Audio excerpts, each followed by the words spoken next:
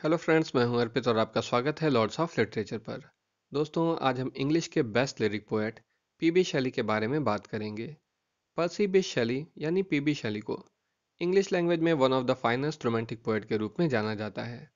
अपनी पोइट्री के साथ साथ राजनीतिक और सामाजिक विचारों में भी स्वच्छंदतावादी पीबी शेली को उनके लाइफ टाइम में प्रसिद्धि नहीं मिल सकी, लेकिन सिर्फ 29 साल की उम्र में उनकी डेथ के बाद पोइट्री में उनके अचीवमेंट्स को पहचान मिलने लगी और आने वाली पीढ़ियों के प्रमुख पोएट्स जैसे कि Robert browning, Swinburne, Thomas Hardy और यीट्स ने उनकी राइटिंग से इंस्पिरेशन लेकर लिखना शुरू किया।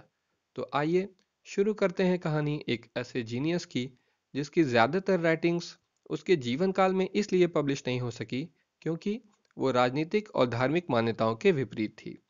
पीबी शैली का जन्म 4 अगस्त 1792 को ब्रॉडब्रिज हीथ नामक जगह पर हुआ था। उनके पिता टिमोथी शैली एक जमींदार और मेंबर ऑफ पार्लियामेंट थे। उनकी मां का नाम एलिजाबेथ था। अपने 7 भाई बहनों में सबसे बड़े पीबी शैली ने 10 साल की उम्र में ही मछली पकड़ना और शिकार करना सीख लिया था और वो अपने कजिन थॉमस मेडविन के साथ आसपास की नदियों और जंगलों में घूमते फिरते थे। 12 साल की उम्र में उन्होंने एटन कॉलेज ज्वाइन किया, जहां उनके क्लासमेट्स उन्हें बहुत परेशान करते थे। इससे बचने के लिए उन्होंने अपने ख्यालों की एक अलग ही दुनिया बसा ली और साल भर में ही 2 नॉवेल्स और पोइट्री के 2 वॉल्यूम्स पब्लिश किए, जिसमें सेंट इरविन और पॉस्थुमस फ्रैगमेंट ऑफ मार्गरेट निकोलसन शामिल थी। 1810 में शेली ने ऑक्सफोर्ड यूनिवर्सिटी ज्वाइन की। ऑक्सफोर्ड में उन्हें कंपैरेटिवली बेहतर एकेडमिक एनवायरनमेंट मिला, लेकिन कुछ महीने बाद ही शेली ने अपने फ्रेंड थॉमस हॉग के साथ मिलकर एक पैम्फलेट लिखा जिसका टाइटल था द नेसेसिटी ऑफ एथीज्म। इस पैम्फलेट में ईश्वर के अस्तित्व पर सवाल उठाए गए थे और इस बात ने फैकल्टी को बहुत परेशान और नाराज कर दिया। शेली ने इसकी ऑथरशिप को एक्नॉलेज या डिनाई करने से इनकार कर दिया और इस वजह से उन्हें ऑक्सफोर्ड यूनिवर्सिटी से निकाल दिया गया। शेली के पेरेंट्स इस सब से इतने ज़्यादा नाराज हुए कि उन्होंने शेली को उनके वेजिटेरियनिज्म, पॉलिटिकल रेडिकलिज्म और सेक्सुअल फ्रीडम जैसे विचारों को छोड़ने के लिए कहा। अगले साल शेली हैरियट वेस्टब्रूक नाम की एक 16 साल की लड़की के साथ घर छोड़कर भाग गए। हैरियट के अंदर सुसाइडल टेंडेंसी थी और शेली उन्हें आत्महत्या करने से बचाना चाहते थे।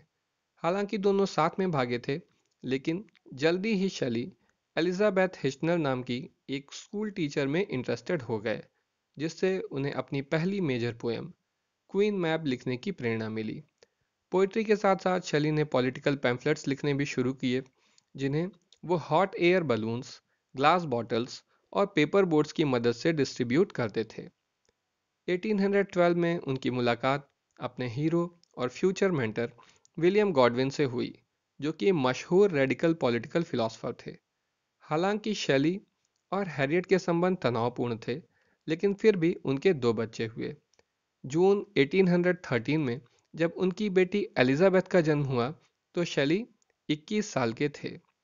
अपने दूसरे बच्चे के जन्म से पहले ही शेली अपने मेंटर विलियम गॉडविन और मशहूर फेमिनिस्ट ऑथर मैरी वॉलस्टोनक्राफ्ट की बेटी मैरी के प्यार में पड़ गए। शेली को यह जानकर बड़ा आश्चर्य हुआ कि गॉडविन को शेली और उनकी बेटी के अफेयर पर एतराज़ है। फिर शेली ने वही किया जो वो पहले भी कर चुके थे, यानी वो मैरी के साथ लेकर पेरिस भाग गए। लेकिन इस बार अंतर यह था कि वो अपने साथ मैरी की बहन जेन को भी ले गए थे। वो तीनों पानी के जहाज से फ्रांस पहुंचे थे, लेकिन इसके बाद इन लोगों ने फ्रांस, स्विट्जरलैंड, जर्मनी और हॉलैंड की अपनी यात्रा ज़्यादातर पैदल ही की। इस दौरान ये लोग शेक्सपियर और रूसो की राइटिंग्स एक दूसरे को पढ़कर सुनाते थे। यहाँ पर आपको ये बताना भी ज़रूरी है कि मैरी एक बहुत ही अच्छी राइटर थीं और उन्होंने सिर्फ 18 साल की उम्र में ही फ्रैंकेनस्टाइन नाम की फेमस नॉवेल लिखी थी, जिस पर बहुत सी फिल्में भी बनी हैं। जब ये तीनों वापस घर लौटे, उस वक्त मैरी प्रेग्नेंट थी और शेली की पत्नी भी मां बनने वाली थी। मैरी की प्रेगनेंसी की न्यूज़ सुनकर हैरियट ने सब कुछ सामान्य होने की उम्मीद छोड़ दी। उन्होंने डिवोर्स और अपने बच्चों की कस्टडी के लिए अदालत की शरण ली। हैरियट और शेली के बेटे चार्ल्स का जन्म नवंबर 1814 में हुआ। 3 महीने बाद मैरी ने भी एक बेटी को जन्म दिया, लेकिन कुछ दिनों बाद ही उसकी डेथ हो गई। 1816 में मैरी ने विलियम नाम के एक बेटे को जन्म दिया। शैली, जो कि एक डेडिकेटेड वेजिटेरियन थे, उन्होंने डाइट और स्पिरिचुअल प्रैक्टिस पर बहुत कुछ लिखा है, जिसमें 1813 में लिखी गई ए विंडिकेशन ऑफ नेचुरल डाइट प्रमुख थी। 1815 में शैली ने द स्पिरिट ऑफ सॉलिट्यूड लिखी, जो कि 720 लाइन्स की एक पोएम थी और इसे शैली के पहले ग्रेट वर्क के रूप में जाना जाता है। इसी साल शैली ने इसी साल शैली के ग्रैंडफादर की डेथ हो गई और वो अपने नाम सालाना 1000 पाउंड की वसीयत पीबी शैली के लिए छोड़ गए। 1816 में मैरी के स्टेप सिस्टर क्लेयरमॉन्ट ने मैरी और शैली को अपने साथ स्विट्जरलैंड की यात्रा पर चलने का निमंत्रण दिया। इस वक्त Clairmont famous romantic poet Lord Byron को डेट कर रही थीं और वो अपनी बहन के सामने शो ऑफ करना चाहती थीं। लेक जेनेवा में शैली ने बायरन के घर के पास ही एक मकान किराए पर लिया और वो दोनों अच्छे दोस्त बन गए। इस विजिट के दौरान शैली लगातार लिखते रहे। एक दिन बायरन के साथ दिन भर बोटिंग करने के बाद शैली ने घर लौटकर हिम टू इंटेलेक्चुअल ब्यूटी नाम की पोएम लिखी। बायरन के साथ आल्प्स पर्वत की एक ट्रिप से उन्हें माउंट ब्लैंक लिखने की प्रेरणा मिली, जो कि मैन और नेचर के बीच की रिलेशनशिप पर आधारित थी।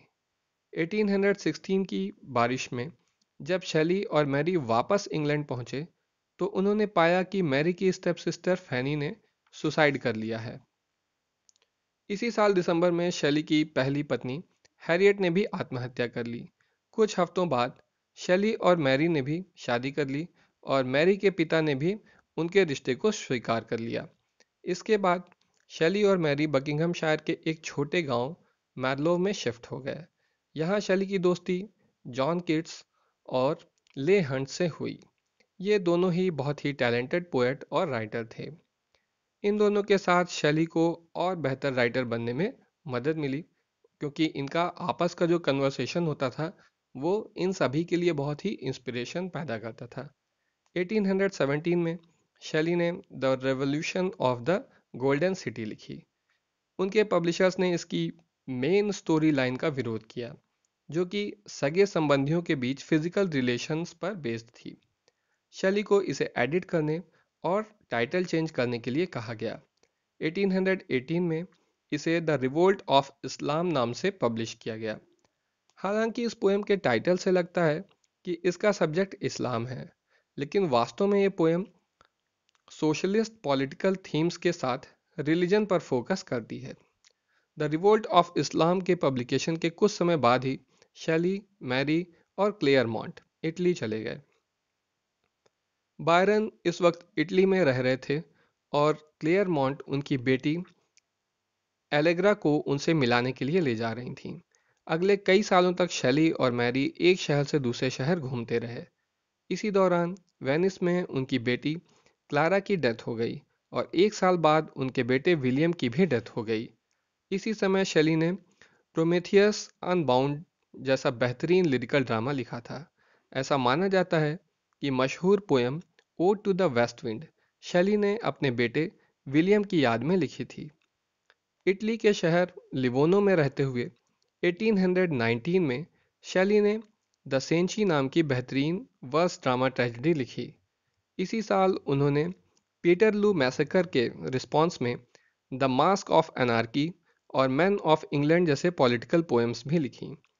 8 जुलाई 1822 को अपनी डॉन जुआन नाम की बोट से घर लौटते वक्त तूफान में फंसकर दुर्घटनाग्रस्त हो जाने की वजह से शैली की समुद्र में डूबकर मौत हो गई। वो अपने मित्र ले हंट से मिलकर लौट रहे थे। शैली को वियारेजियो बीच पर दफनाया गया, जहां उनकी बॉडी इस दुर्घटना के 10 दिन बाद बहकर आई थी। शैली की एशेस को रोम के प्रोटेस्टेंट सिमेट्री में रखा गया। शैली की अचानक हुई डेथ की वजह से उनके बहुत से पोएटिक वर्क अधूरे रह गए और उनका ज़्यादातर काम पब्लिश नहीं हो पाया। उनकी राइटिंग्स उनके लाइफ टाइम के दौरान बहुत ही कम लोगों द्वारा पढ़ी गई थी, लेकिन आने वाले समय के प्रमुख पोएट्स पर उनकी राइटिंग्स का बहुत गहरा असर पड़ा और इन पोएट्स में Robert browning, Swinburne, Thomas Hardy और यीट्स जैसे पोएट्स शामिल हैं। आखिरकार 100 साल से भी अधिक समय बाद पीबी शैली की याद में वेस्टमिनिस्टर एबी में पोएट्स कॉर्नर पर एक स्मारक बनवाई गई। दोस्तों, यहाँ पर पीबी शैली के मेजर वर्क्स की लिस्ट दी गई है। इसे आप ज़रूर देख लीजिएगा क्योंकि ये एग्ज़ाम्स के पॉइंट ऑफ व्यू से बहुत ही इम्पॉर्टेंट है। और उम्मीद है कि ये वीडियो आपको ज़रूर पसंद आया होगा और आपने अब तक ये चैनल भी सब्सक्राइब कर लिया होगा। अगर नहीं किया है तो अभी कर सकते हैं। आज के लिए बस इतना ही।